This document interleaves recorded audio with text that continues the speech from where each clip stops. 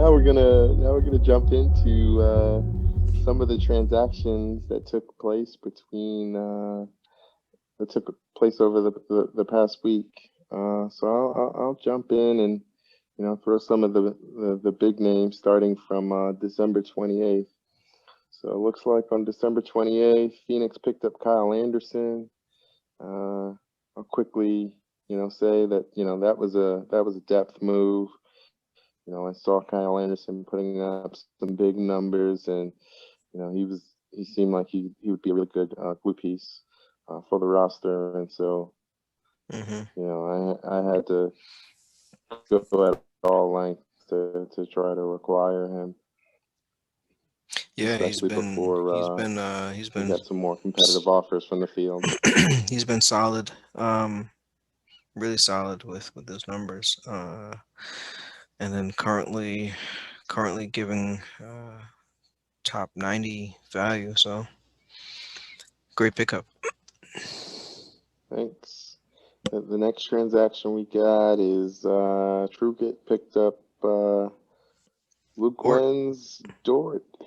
Lou Dort. Yeah, Uh, he's been a hot name on the waiver wire.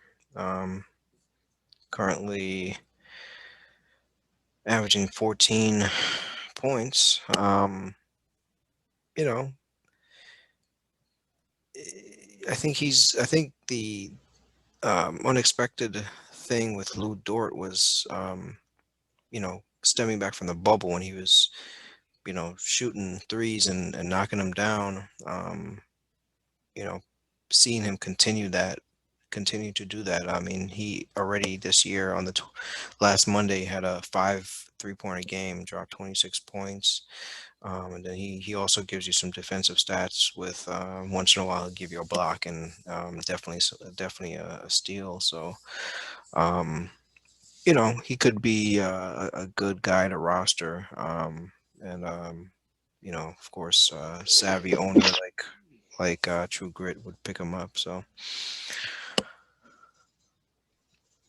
Next transaction we got is Batum was picked up by the Midtown Moneymen as well as Nas Reed.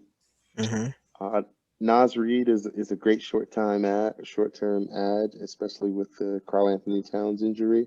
yep, Could turn out to be an even bigger move, because Minnesota hasn't been exactly transparent as far as the timeline with Cat's injury, hmm and he's out with, I know what they've said is a dislocated um, wrist injury, and they repeated multiple times will not need surgery, right. which is worrisome. When a team repeats it multiple times. hmm So we'll play the wait and see. I mean, I think Is he that's just a out good ad. indefinitely, or did they give a vague date or vague? Is he just week to week, month to month? They said he will be reevaluated weekly, which is the worst possible thing you could hear, Yeah, especially coming from Minnesota. Because it feels unfortunately very similar to last year. right. When proud owners thought Cat was going to be out for a couple of weeks, and it turned out to be a couple of months. Yeah, second year in a So row, Cat missing significant time due to injury. So he's usually an Iron Man. Usually, plays, and the reason why he's looked at as one a solid top three pick is because of how durable he's been, minus these past 2 years. So that's unfortunate news. You also missed one additional transaction by oh Moneymen, which is they picked yeah. up Peyton Pritchard, um, and let go of Teague. So a little Celtic on Celtic uh, swap going there, but um, I couldn't do it. Not not for not very long term value. I watched the guy, and he looked like somebody off my high school. varsity basketball I, team. I mean, I like. I mean, I haven't watched him. I haven't watched him since the season started. But from what I saw in the preseason, I liked Pritchard. I like what he brought to the table. So I think maybe this is a move where maybe they're looking at to see. I mean, it might turn out to be okay since Kemba has a vague timeline right now for coming back, and Jeff Teague I think got hurt recently, right? So, Well, well, and and right on time. I mean, it was certainly okay today. I mean, today he put up 23 points, 2 rebounds, 8 assists. Um, oh, and see, look at that. that right. But this is the type of line, right, where you finally get the confidence to put him in and stick him in your lineup, and then what does he show you? 5 points, 4 rebounds, 4 assists, or 16 minutes I of, think he of 0 points, zero rebounds, zero assists. he's a late You- first round draft pick, and he's a rookie. So I'm very encouraged by his play. I think he's going to be an interesting guy for the Celtics to come. Clearly, I'm just being a hater here, and I'm not too fond of anything that the Celtics do. Okay. Um, Josh Hart got picked up by the Busters. I don't want to That spend was a a that was second a of third. time on that. You don't like Josh Hart, man? Well, uh, your boy Spencer Dinwiddie got hurt, man. You're not gonna talk about his torn yeah. ACL? Yeah, let's not spend any time on that. It's bad All enough, right. KD's in the COVID protocol. It's just a hot mess with the Brooklyn Yeah. Nets right now. So Yeah. let's jump into the first uh trade, in season trade. So we've got Amherst Speedsters and Chenali Blake Express wheeling and dealing. Wheeling and dealing, So and Speedster's just the master dealer in the league. Just always the first set of teams to pop up. You know, he's he's he's our he's our resident Danny Ainge, I think, or Daryl Morey.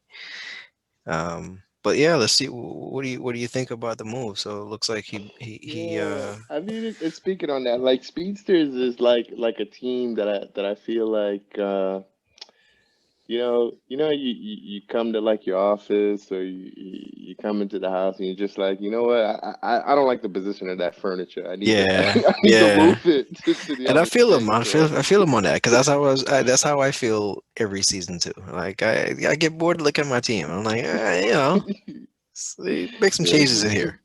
just looking for some excitement, right? Trying to add some Yeah, accents, right, to yeah. the roster. This couch was cool last week, but you know, I need something new in my life.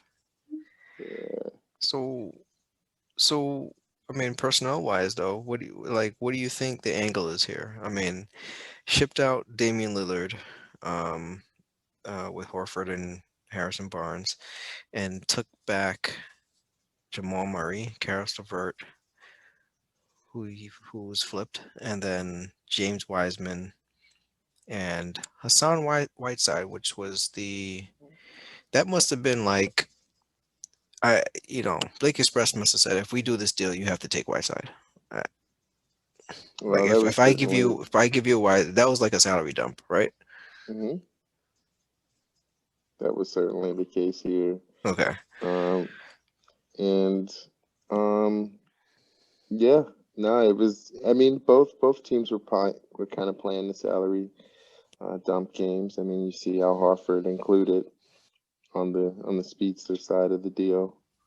Um, but I think the angle here was, let's get some assets. Let's get some young and promising players, right? I mean, you're talking about, you know, two really young, uh, good guards in Murray and Levert, and then you're talking about a big man in Wiseman, where sky is the limit, Mm. as far as what he can do, and he's he's looked like a project, if you're talking, basketball wise, but from a fantasy perspective, I mean, he's hitting threes, getting some rebounds, some blocks. Right. Who cares if he looks lost on the court? He's putting up those categorical values. Um, Yeah. Yeah. Averaging 11 and 6 so far. Had a few games. Hasn't done it in the past 3 games he's played, but or 4 games. Hasn't hit any threes then, but he's had it's some probably interesting it's games. probably coincides with Draymond Green coming back. Draymond Green was like, "Nah, rookie, Mm. Yeah, don't shoot you that go, three anymore. you're not shooting this three no more." Uh, and oddly enough, they started winning games when he stopped shooting threes.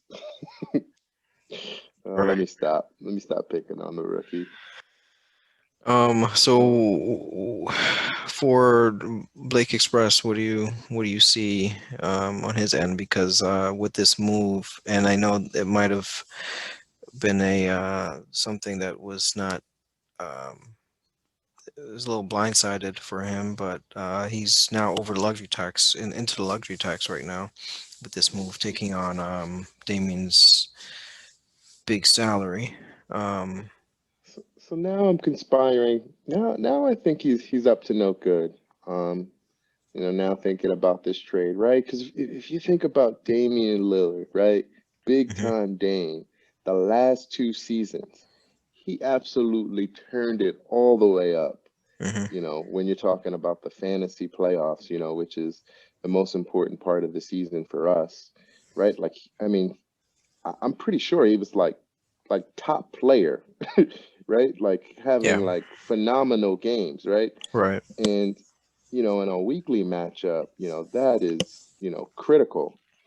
And so I'm thinking that, you know, Steve Blake Express might have been doing some deep analysis and crunching the numbers and, you know, might have figured out if he's gonna have a shot of pulling off the unthinkable, he's gonna need it on Dame time. And on the flip side of that, Dame is a name that he can sell to a contender, right?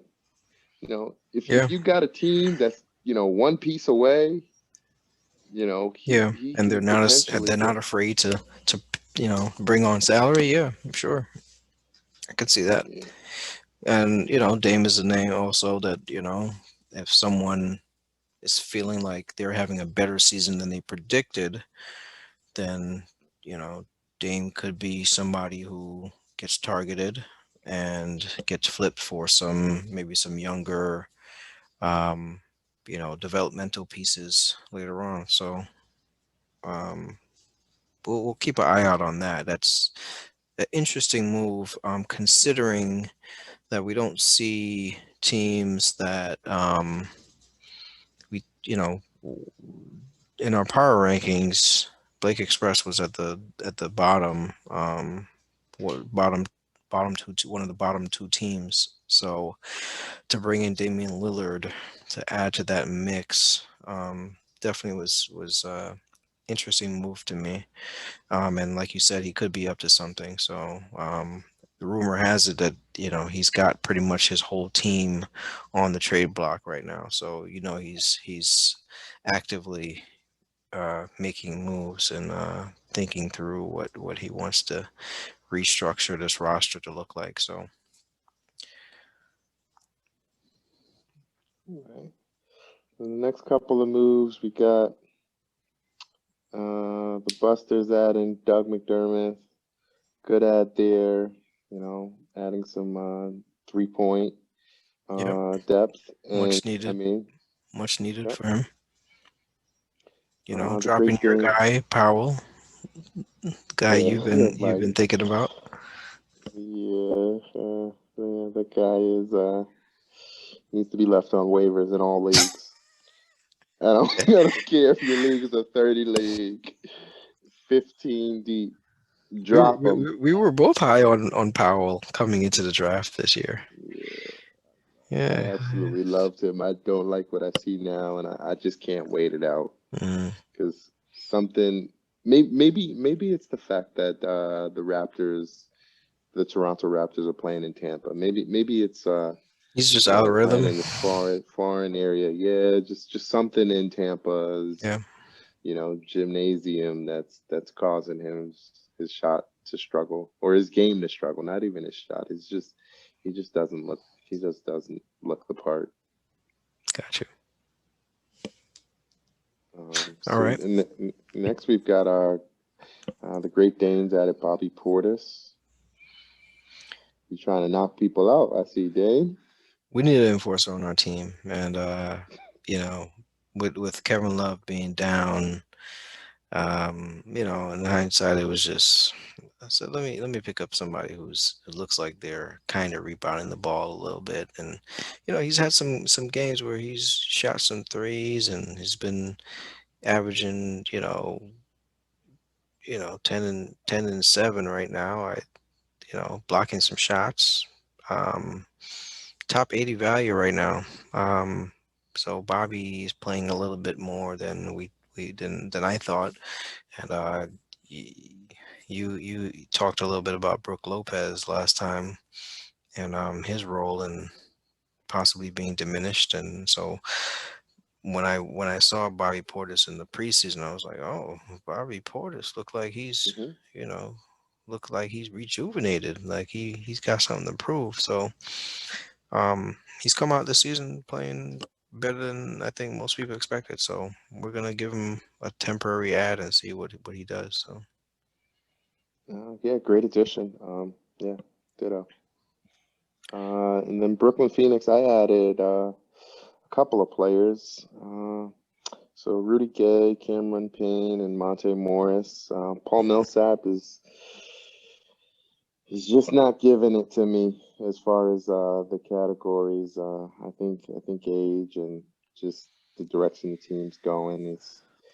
I just can't. I can't deal with that roller coaster. I need a little bit more upside on my bench. yeah, I didn't Especially expect to see Paul Millsap on your team for much longer. Um, in Lou Williams. You know, I was eating those lemon pepper wings, and they don't taste as good as advertised. And I've never been a Lou Williams guy. I was willing to try it, this year, and you know he's that not been good. I'm that's looking at his numbers. He has not been good this year, and looks like he's in decline mode. Um, I Stepping back think from that last year. is accurate. Hmm. That's a shame because Sweet Lou, one of the coolest guys um, Hmm. in the league, doing some legendary things. Um, Monty Morris, I like that ad, and I like the Cameron Payne ad. Both guys I think are in very good backup roles in the NBA, getting good solid minutes and contributing to their team. So solid there. All right. Right, and then one guy that I dropped, which was Eric Gordon, but then that was actually an accident that I dropped him, and so I made amends. Yeah. The next waiver period, and picked him back up, and dropped Alon White, and so Yeah, now yeah, I'm we about to pick move this guy up. up, man. Yeah, I was actually I'm about to pick that's this why. guy up. Hold on. Oh my And, goodness, I was about to do it. I man, need the problem is I need games, and I nah, need I I need I need need this more guy. thought. Nah, I need I this need guy on more my thought. team. Sorry. All right. You picked him up in Yeah. okay. Yeah. Yeah, I didn't, I cut bait on a guy who didn't really didn't really need and hasn't played in like 3 or 4 games now. So um, you know, Yeah, we easy enough move. yeah, it's fine. I'm like, I'll ride the hot hand. I hear that, man. Yeah. So yeah, you dropped a guy that I know you were pretty high on coming into the draft, DeLon Wright. Yeah, I think all that potential is going to stay locked up, and it's just going to be there for the foreseeable future. And I just don't I don't have any time for that, man. Like we're a team that strives on winning now, and DeLon Wright is not about that life. And some of the stuff that I hear Casey saying, doesn't bode well. You got, Josh Jackson out and you still can't get any playing time. And the rookie, Kalen Hayes, is struggling and is still struggling to carve out a role. So Hmm. he's certainly a guy that, I'll be combing across my leagues and make sure that he no longer exists on my roster. Yeah, you know, DeLon Wright, I think his last season in Toronto, going into that last season in Toronto, I was expecting him to. I remember drafting him, I think late round, um, expecting he would be really solid. Like I thought he was getting ready to like break out, and didn't happen. And then he signed with the Mavericks the next season, and he was one of the hot topics of that summer. Like DeLon Wright, he's going to be great. He's going to do this, do that. He's going to give you mid round value. That didn't happen, and that went on for 2 seasons, and now he's in Detroit. And then I started hearing the buzz again, DeLon Wright, and then hearing you talk about him, like, and I'm like, I'm not touching that guy. Like I see the potential. I see what people are talking about with just how he can contribute to so many categories, and he's just a sneaky guy. But I'll openly say that I've nah, never man, really watched them play basketball, and it's primarily just been box score surfing on him. And I'm like, okay, have not you watched could him be part of since. the you could Have be part of the 1-1-1 club, have not one watched steal, him one since. block, and one three. Yeah, I have not watched him since Toronto. And anyway, enough on DeLon Wright. Yeah, Big, big, big, agreed. big move here. The Celtics dropped Blake Griffin. Um, R.I.P. to Blake. He's apparently not jumping over any Kias right now. Nope, his And time is up, and he's gonna be resting a whole lot longer. really, Yeah. you've got some Blake Griffin news to drop. No, no, I'm just saying Oh, because he's headed to the waiver, and oh yeah, you know yeah. this you know somebody some fool will be. I mean, maybe I would even. Nah, No, I can't do it. I was thinking about it. I thought about it, and These these numbers I'm are still considering it. for a But weekly format. Ugh. yeah, for a weekly format, that's tough. It's tough to own. So I mean, I get it. You know, Celtics owner just doesn't have the time for those kind of headaches. And hoping to see more out of Powell, I guess. A guy who you're not particularly fond of right now, and looking at his numbers tonight, 4 points and 1 steal, 16 minutes. Oh, Ouch. Powell for Blake Griffin. Ooh, that's going further down Hmm. the the trash bin. That's like, with Blake Griffin, like you Yeah, were at least at the top.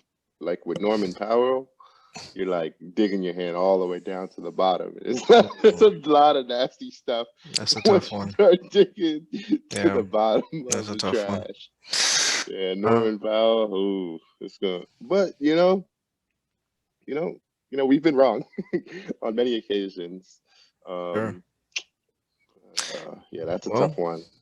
last But transaction, Gary Trent Jr., Lake Express pulls the trigger and brings Gary Trent into the fold.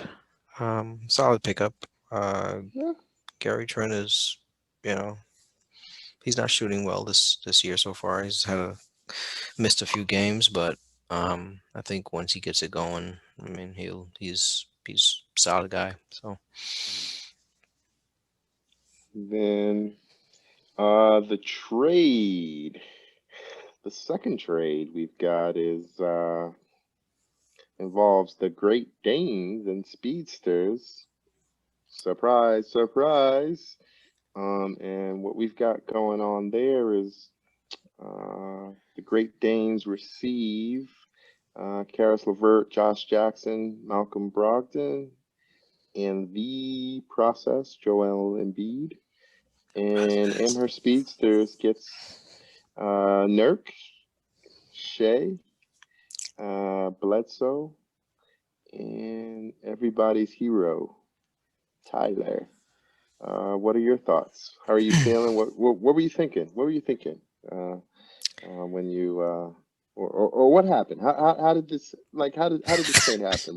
Was this after Nurk uh, going 0 for 7 and 5 rebounds and nah, he's just up in actually, arms and you sending out a bunch of offers or nah, was man. this one of Speedster's frozen trades where he's sending something once every day to basically they'll save the dates. Speedsters sends out these save the dates like don't Well, forget about me. I want this player. Keep me in yeah. your thoughts.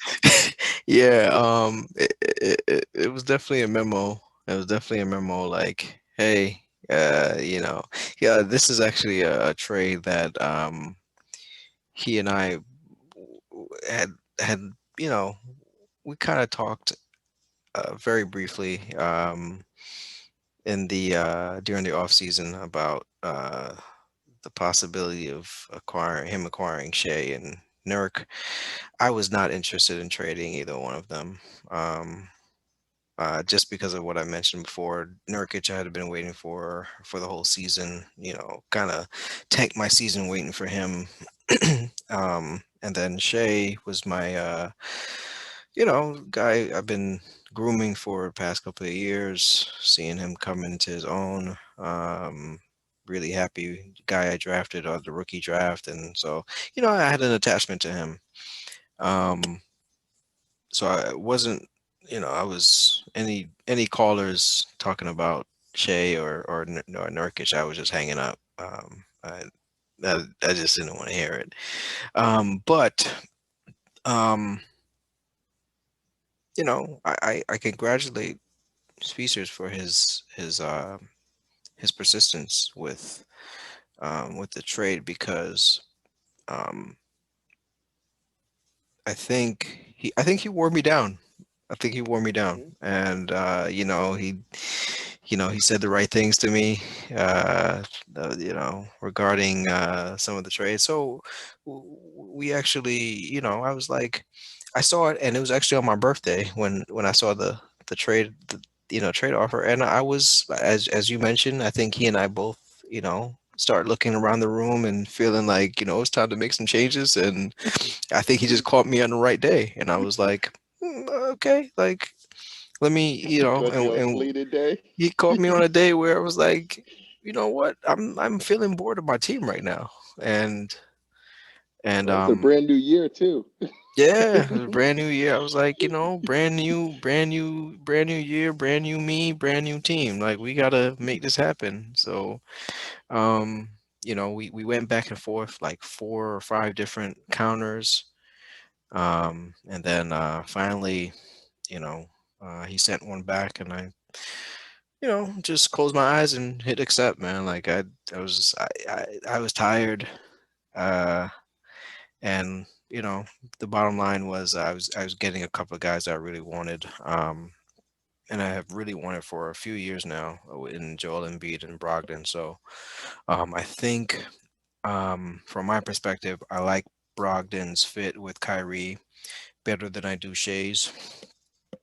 Hmm. And I like the dimension he adds to my team. Um, he adds to my set of boring guys. Brogdon and Tobias Harris fit really nicely together for me. So they could be boring together, and then Embiid was just he's one of my favorite big men in the league. So he adds a dimension of uncertainty. To pair him with Kyrie is a kind of scary proposition, seeing that they're both similar guys, and that when they're on, they're on. They can, you know, high ceiling guys, but usually don't live up to um, to their draft positions, just because of injury and all that, and just never seemingly able to play more than 50 odd games. So, but I was feeling frisky, man.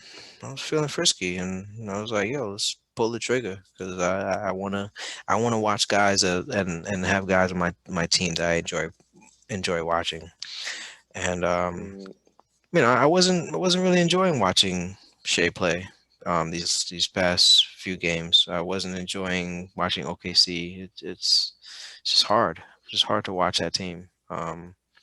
Even their broadcasters are just boring, man. Like I just didn't want it anymore. Um, that's what are the true disadvantages of watching some of these games, man. You will put, some of these mhm. guys on the trading block Yeah, in the middle of the yeah, game. All right, yeah, this guy's gotta go. This guy's gotta go. He's yeah, not. He doesn't represent what I think a good basketball player is, yeah, or not even a good basketball player. Just what you enjoy. Your team yeah. is composed of. So yeah, So Tyler Hero was another one of my bubble heroes. Tyler and Nurkic both hot from the bubble, and slow starts for both of them, but I think they'll get there, and you they'll know, make me regret it like in a few weeks. yeah, yeah. Miami Heat fans don't agree with you. I mean, over 50% of the fans say Tyler Hero shall not be included in a James Harden trade. So, I mean, you've got a lot of people, Yeah, I who- know. A lot of which which people which are which gonna which be upset which about think you're this. wrong, Yeah, about Hero. yeah. I mean, that's gonna be my loss, man. I liked Hero's versatility, definitely, and I was interested to see what he would bring to the team. But we had a lot of guards, and between Mm, him and Bledsoe just weren't happy with their roles on my team. So I just let them, you know, gotta let them walk, man, and do something else. possibly loves. Get some minutes somewhere else, because Darius Garland stepped up, and he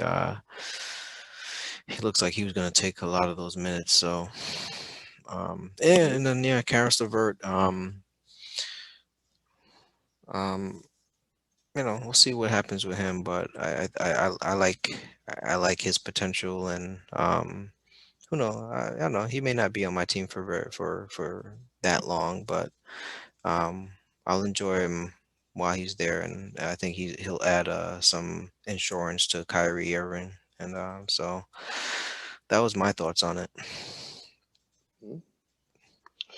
Yeah, I mean, my raw reaction when I first, when the news first broke about this trade was, I thought your son, got control of your phone. Like, I thought there was no way on your dead body that you were gonna trade. That I was gonna see a trade with Dirk, Shea, and Yeah, Tyler Hero. I was not gonna trade those guys under any Right? circumstances. Right, and You're right. so it was just truly shocking, and right, and to put like some icing on the cake, Bledsoe was included in that trade, Yeah, and yeah, I'm just like, all right, let me look yeah, at the other side. So I look at the other side, and I see Karis LeVert, Josh Jackson, snooze for me, yeah, yeah, initially. Then I yeah. saw Brogdon and Embiid, and I Mm, said, no way, you've got to be kidding me. And then right? Like you have to be careful, with your rapid fire or your quick reactions to things that happen. Hmm. And so I said, you know what? Let me look at these numbers and see what's going on here and check out what's going on behind the hood, right? And so I said, I've earned Nurk, and that guy is struggling. A lot of us, as we've elaborated on, you tons of times in this pod, is that a lot of us drank that Kool-Aid, right? Like, we drank the fact that, he played outstanding in the bubble. He had, one great season where he was, really good. But he's a big injury concern. And then the next guy, you've got Shea, and you know, OKC is just trash. Let's just call it what it is. OKC is trash. Hmm. Shea's usage is going up, and you're asking a guy to be efficient with lesser players. So it's just tough. And I've watched I've watched Shea play, and um I don't know. He doesn't even look like an all-star to me out there. He looks like a very good starter, like a very good starter. But an all-star, Yeah. especially in the West, right? And so I look at that, and that's tough. Um, I won't disrespect your man Eric Bledsoe. You know how I feel about Bledsoe. Like, so I'm not gonna do that here and now. Baby And then LeBron. Tyler Hero he's solid. He's solid. He's solid. I I don't really know enough about him, and uh, I made it a point to not put much emphasis on what happened in the bubble. Yeah. So I just don't I don't really know where he's headed. But I look at your end, and you're getting people that have done it before, right?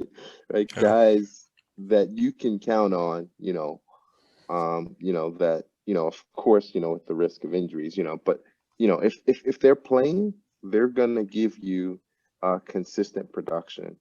And that's something that really concerns me with a bunch of the guys that you sent out.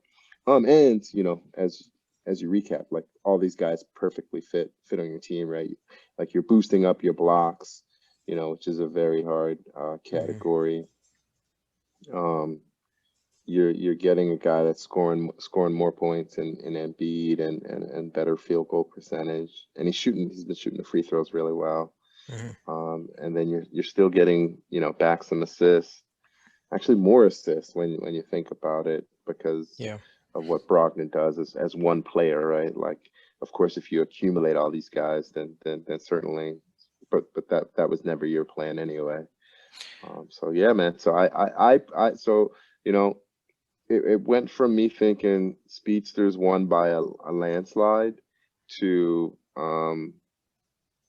I certainly like it a whole lot better for your team because um, I don't really like I don't really like the whole depth game in a weekly lineup. I'm roll the Hmm. dice, risk it all. Just give me my 8 guys. Yeah. Yeah.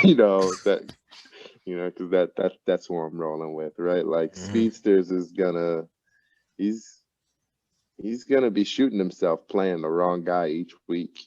Like I've seen what his roster looks like, and it's like, you know, guys he like his bench players can start on, almost everybody's roster. And so it'll be interesting to see, what he ends up doing, because I can't imagine it stays that way.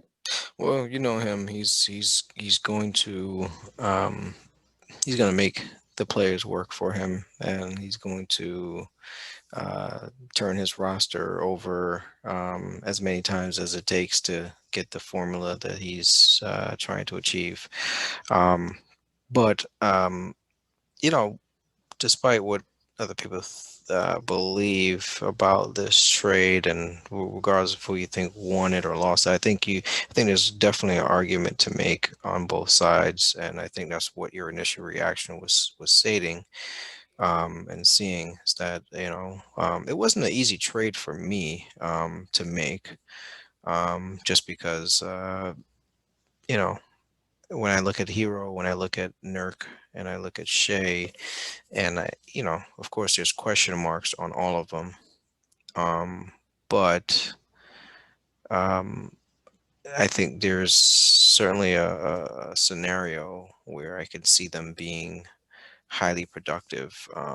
As you know, I've been a Bledsoe owner in the past.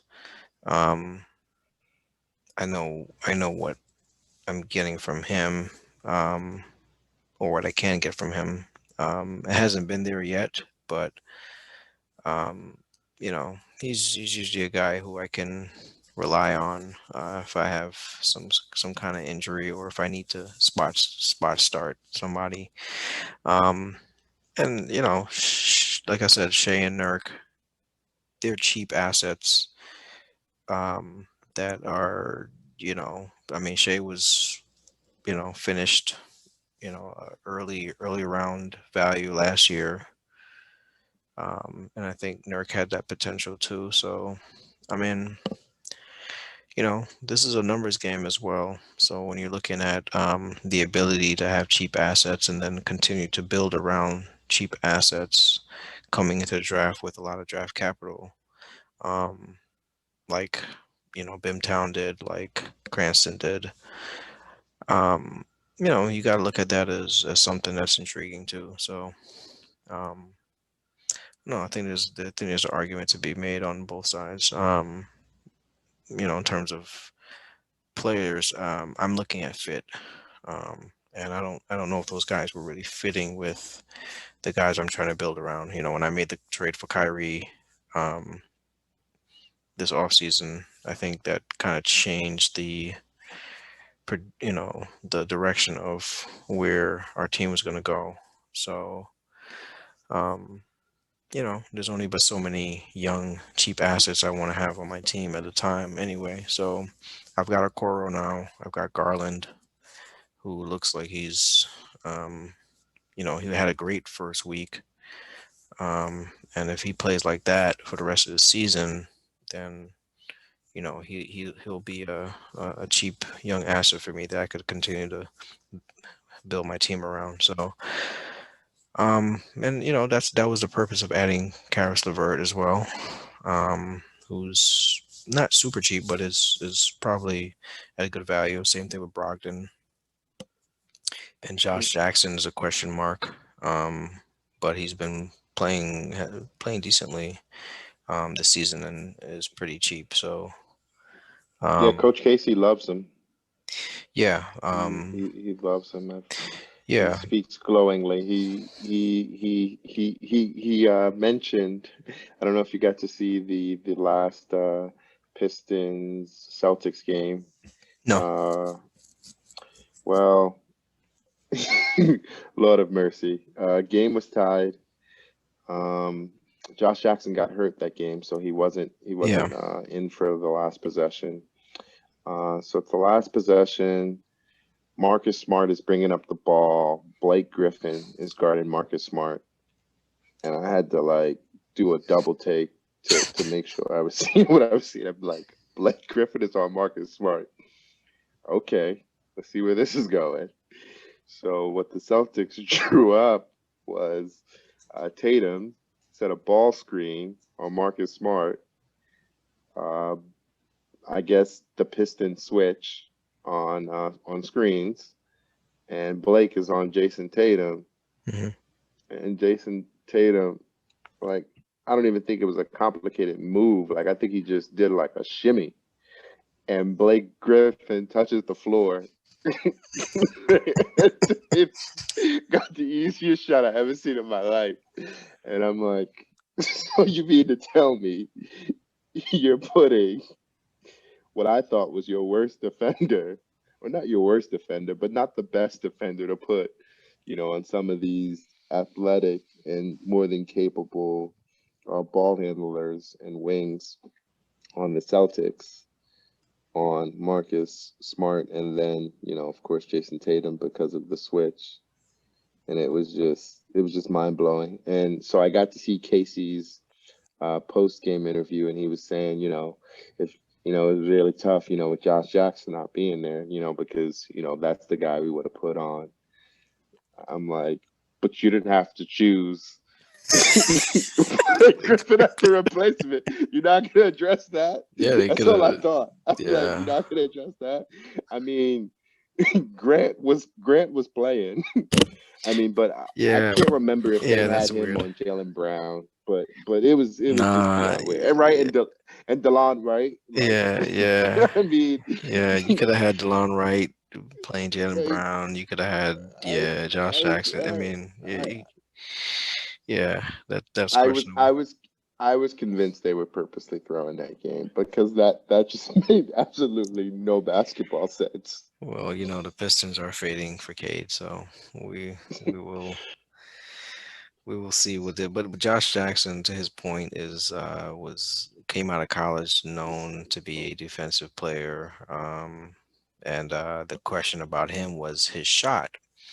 And it looks like since his time being drafted, which was 4 years ago now, Hmm. um, I mean, he's looks like he's not shooting like the strongest percentages, but he's hitting some threes, which is amazing.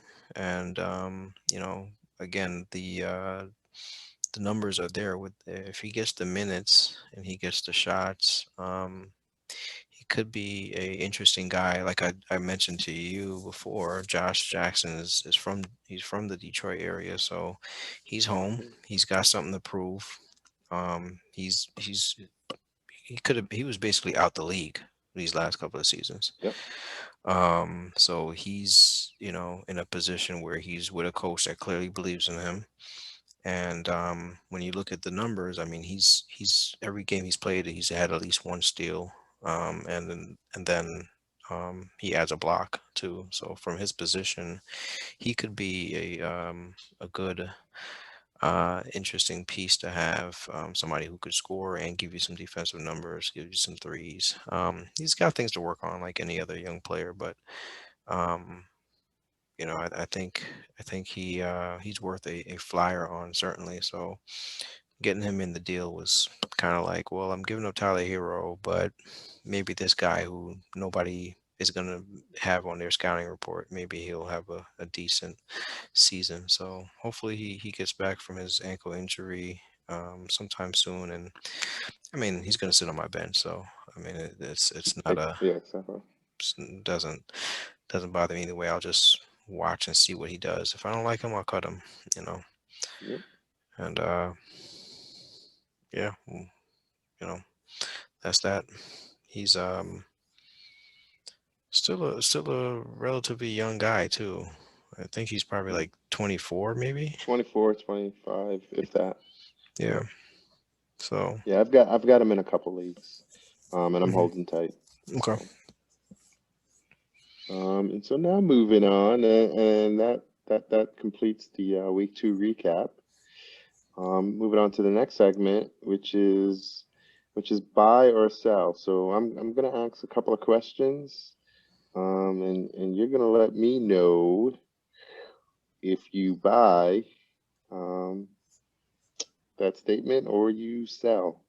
So the first one I've got is Michael Porter going to continue to be a top 32 player by average stats. Hmm. Michael Porter Jr. I don't see why not. Um, I think he believes he's capable of that. I think Denver,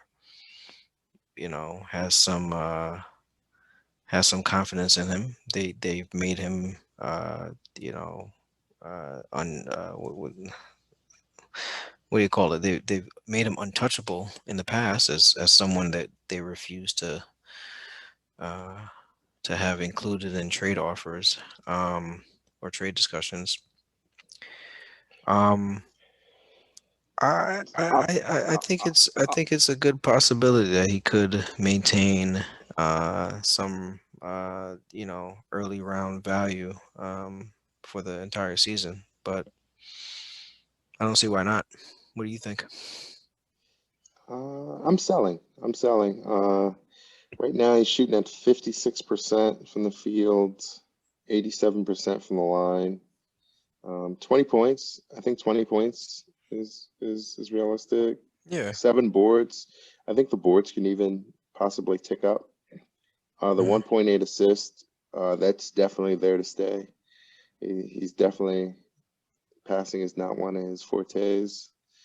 Um, and the one steal, certainly, the 1.5 blocks. I expect that number to come down some. Mhm. But the biggest surprise is 0.5 turnovers. So I didn't Mhm. realize his turnover values his turnovers were so low on a per game basis.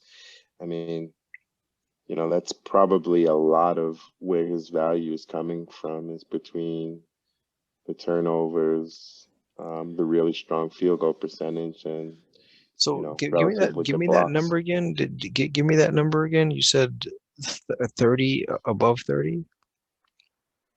Yeah, top 32 player. So you know, two Mm-hmm. round one, round two player for the association. And right now he's sitting at number 7. Hmm. Hmm. Like if I I if mean, I I had mean, to choose a number, yeah.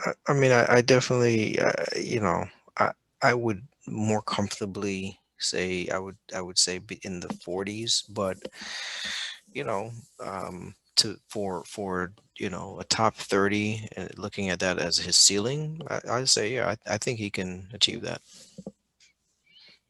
Yeah, agreed. Okay, next. Kyrie Irving, top 16 Oh player, boy, end of the season, totals. totals. Totals. I'm gonna go ahead and sell that. Um, I just I don't know if I can remember a year where Kyrie has played, you know, more than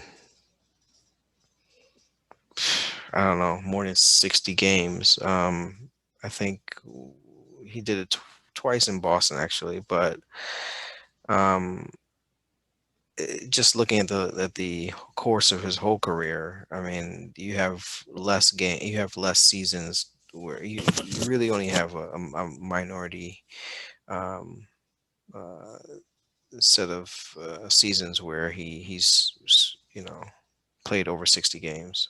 So that's that's pretty high, I think, for him to really go after, and I don't see it happening this year. Definitely not. We already have shortened games. I mean, shortened season. We already have, um, a lot of back to backs where he's going to probably get sit out. Um, one of two, and then there's always the concern with COVID, and then of course injury. So I'm gonna say no. Yeah, I'm selling as well. For this for similar same reason, injury concern. He's never had a healthy season, dating back since college. Um, and I don't know if the current season is gonna allow for that.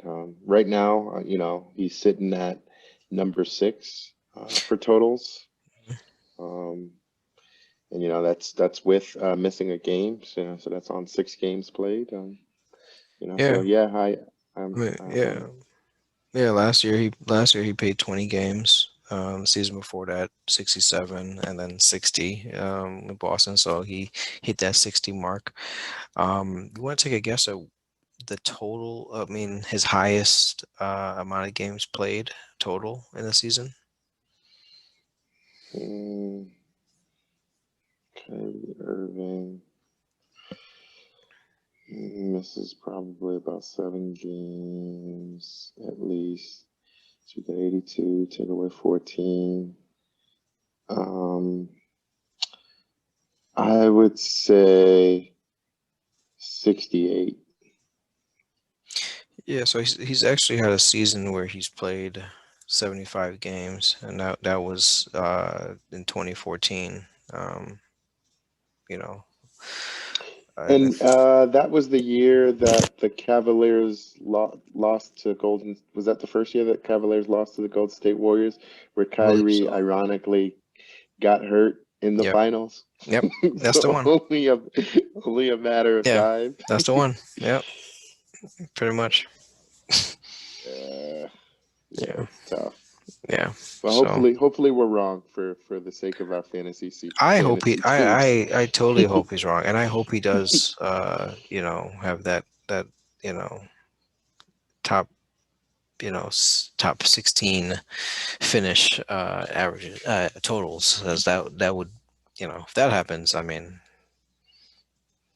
might as well count Mm, me in, baby. I'm in absolutely. the playoffs, competing. Uh,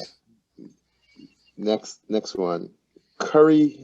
Stephen Curry leads the Golden State Warriors to the playoffs. False. I'm not. The guy is amazing, clearly, but he's not that amazing. Come on, like that's a hard conference to be trying to crack crack the playoffs in. I mean, you've gotta go through. I mean, there's just too many teams, man. Like, and if your team is just not that strong, your team is just kind of like they're okay. I just don't see it. You know, you still if I look at eight teams, if I gotta pick eight teams right now, I'm trying to figure out if Golden State would be one of them. I'm gonna say Lakers are a lock. The Clippers are a All right, lock. let's count them. Okay. Yeah, the Clippers are a lock. Utah's a lock. Denver is most likely a lock. That's Okay. four already. Say Um, the. Mhm. yeah, I said the Lakers, the Clippers, the Jazz, um, the Nuggets. Denver. That's four. Um, I'm gonna go with Portland. I can't see why Portland should not be in the playoffs. Um, Yeah, I'm gonna unfortunately say Portland as well. um, Um, and then now you're talking. So now this is where it gets tricky. So that was five teams. mhm. Now you're talking about the last three teams, right? No, You got give me Dallas. Give me Dallas at six. okay. Give me Dallas at six. I'll buy that. Um, okay, but now you're talking about two more teams, and Hmm. I think Phoenix is going to make the playoffs. Okay, that gets us to seven. And you still, I don't know what's going to happen with James Harden, but if James Harden's on that team with,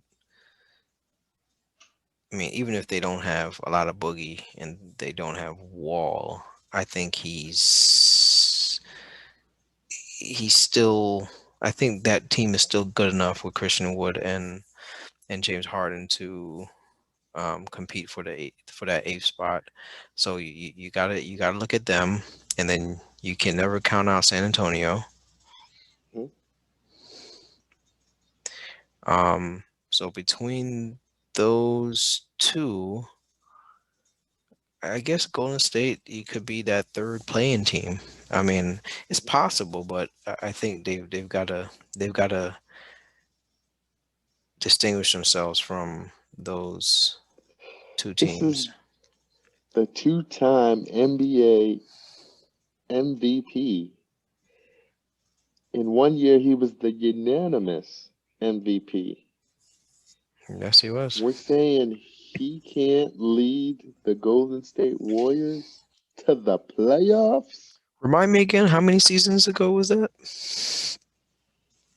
It was, you know, relatively close by. I mean, you could argue he was, the MVP, the last couple of seasons with Kevin Durant, but, the Warriors are just so good that people don't want to, even consider him for MVP.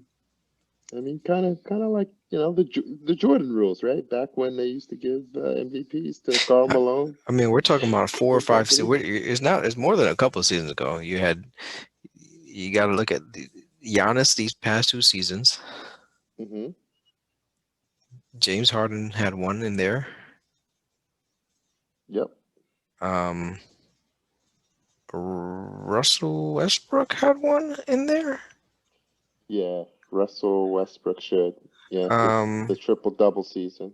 yeah, and that was 4 years ago already. Yeah. He didn't get any MVPs when when Kevin Durant was on the team.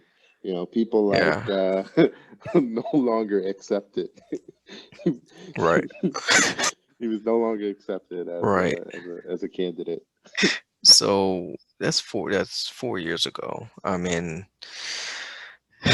I mean, you just look at the team, man. I mean, have you seen them play like these last? I mean, they've been better these last couple of games, but bro, like their first couple of games, it's early in the season. I'm not gonna judge them that much, but Yeah, I look at mean their they personnel. No Clay. I mean, you telling me they're gonna make it to the playoffs without Clay Thompson and with a hobbling Draymond Green? what I'm yes, what I'm saying is Draymond Green makes the difference. He's on a tear. He's here to show the world, just what him and Curry are able to do. Um, I think they've got it right, and this is big on we haven't even mentioned the other two recent acquisitions and Andrew Wiggins and Kelly Oubre. Oubre. Yeah, so I mean, these guys got something to prove too, right? The spotlight's on them. They don't want to tank their value, right? You know, like they could face going career terminal if they don't show up, this year, you know. Yeah, So I mean, you know, I hope they can. I hope that's the case. Right now, even with Steph Curry shooting the way he did last night, they are still 27th uh, in the league in 3-point percentage and 29th in field goal percentage. So they don't rebound. They're average team in rebounding, and they're not even a top 10 team in terms of scoring the ball. So that could change if we see Wiggins turn up and if we see Oubre start to hit shots. He hasn't played well so far, on offense at least. And he's not that great of a defender either. So I think he's probably advertised as a little bit better defender than he actually is. But um, yeah, and I don't want to begin to think about what their defensive numbers look like.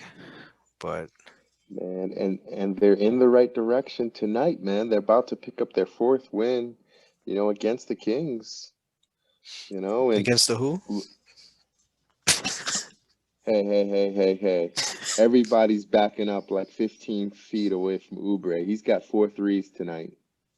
Mm. Four threes Well, from Oubre, I mean, man. when you're open for a reason. He hasn't been hitting shots, so um, I mean, He's maybe this is a he, game where he'll turn it around for them. That's great.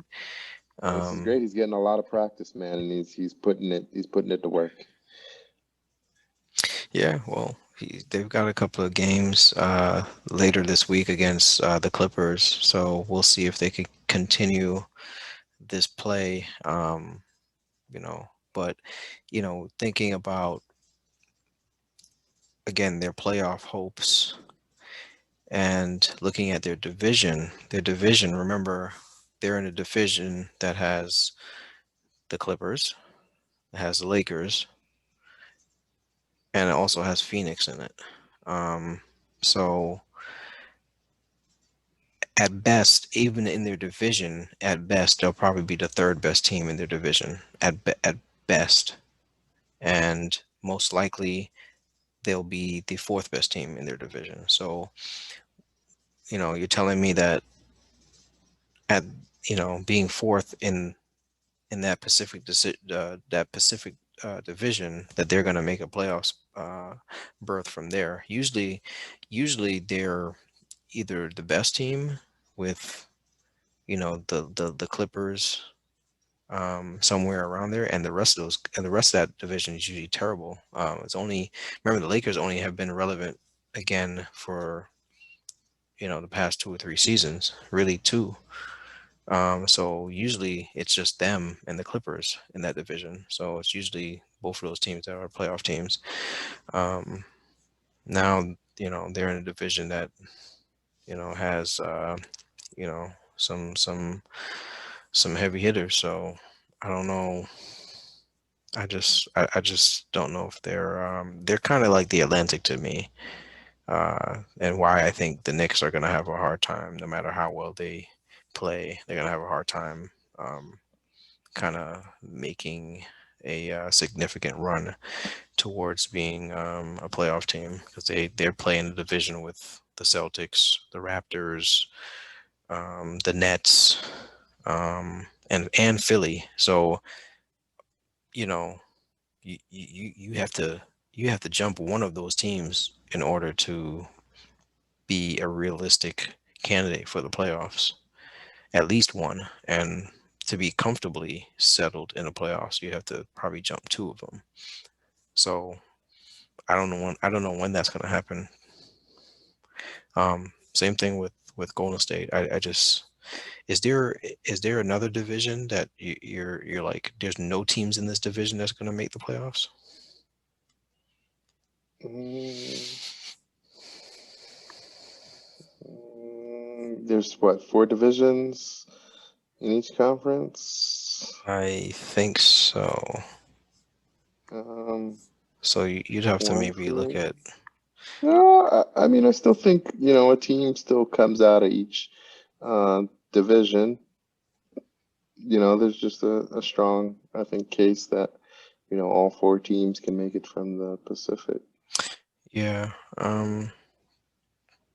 But I mean, we'll revisit that question, Mhm. in another couple of weeks. And that's a good trivia question. If there's ever been, a playoffs where all the teams in the division have made it, in a division have made it. Um, so the next buy sell question I've got. So Solid State is off to a blazing start. At number one. He finished as the regular season champion last year. Do you buy or sell that he finishes the 2020 season number one? The 2020-2021 season number one. Um, well, based on our early power rankings, we had this team around 5 or 6. And is it possible? Yeah, because like you mentioned, they're off to a hot start. Um, as they got into last year, similar type of start. Um, and yeah, it just depends. I mean, it depends. I I'm gonna say I'm selling it, only because of, when we look at the division, we had a couple of teams even within the division that we ranked to be higher. So I'm gonna say sell. What are your thoughts? I'm buying it. I'm buying it. And it's the James Harden effect, man. You know, as long as James Harden is playing, he's just a really tough team to beat. And Hmm. he's got Sabonis Yep. and Collins, and the sex part of Sex Land. I mean, it's a stronger roster than I had originally um, analyzed it to be. Um, so Yeah. I think it's got a very strong case. Yeah. I mean, like I said, those he's got a couple of guys on there that are gonna fill up the stat sheet. Harden and Sabonis and you know guys like that consistently come with these killer stat lines. So yeah, it's possible. It's possible. We got to look at the schedule. We got to see what happens with Harden, because you put that conditional on it if Harden plays, and we just don't know what's going to happen um, in terms of are they going to just once they start working out deals with teams, are they just going to stop playing him altogether until the deal is done? You know, just don't know. But I had these same. I always have these like weird predictions. Kind of like I refused to draft Jimmy Butler the year he was in Minnesota and was about to get traded. And thinking that he would miss a whole bunch of games just because that situation got so toxic. I was for sure thinking he was going to be suspended or something. But that never happened, and he ended up not really missing a whole lot of time during that season. So, who knows, man? He's playing now, that's for sure, and when he's playing, he's the number one fantasy player. So, Reed in the last buy sell.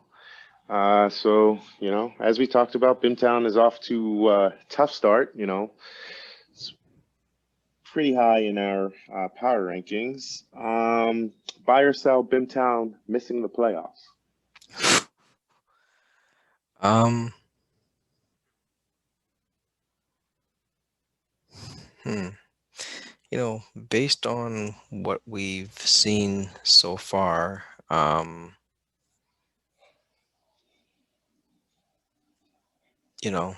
this team has a chance of losing,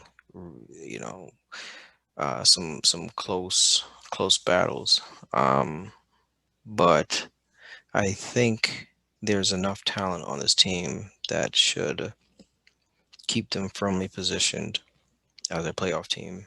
And looking at their division, um, I think, I should be able to be one of the least top two or three teams in that division. So I think that will get Bimtown into the playoffs. What do you think? This is a tough one. I certainly think Bimtown needs to hit the trade market. A lot of good players, they just don't all play great together. But, as we pointed out, Luca had like one of his worst weeks, and there's been some of the top fantasy players having early season struggles. So, By the way, betting against.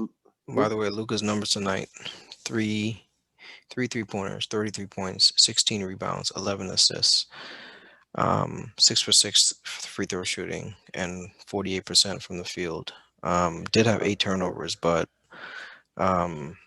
you know, a Luca type line that's gonna, you know, if you're getting that kind of Luca on most nights, then it's gonna be tough to beat this team. Yeah, and so that's the main reason why I'm buying. I think they probably won't finish as high as I had originally had projected. I think that they're probably right now looking anywhere between a 5 to 8 seed as their ceiling. But yeah, I think they get in. I think they get in, but they certainly need I don't know, something's fishy with Zion and a bunch of the shooters that they got, but But I don't know. You know, this owner will figure it out. You know, they've certainly had a resume of success in the association.